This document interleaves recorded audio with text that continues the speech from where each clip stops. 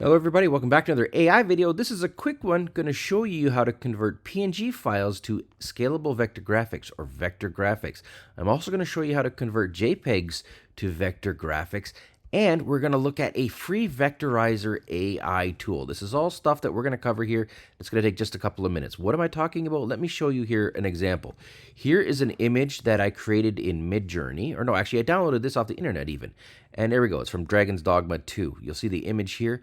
This is Adobe Illustrator, and this is the SVG file, the Vectorizer. So we took a JPEG, in this case, turned it into a vector graphic. How did I do it? Here we go. Let's go to Vectorizercom. This is a free alternative. Previously, we used to use Vectorizer AI, but that is no longer free. Vectorizercom is. And we're just going to go ahead and grab an image. So in this case, I'm going to grab, I don't know, let's grab this cool little Pixar image of this bulldog that I have here. Now, I'm going to drag and drop that in there. And while I do that, I'll show you inside, I made this in Midjourney right here. And this is the original image.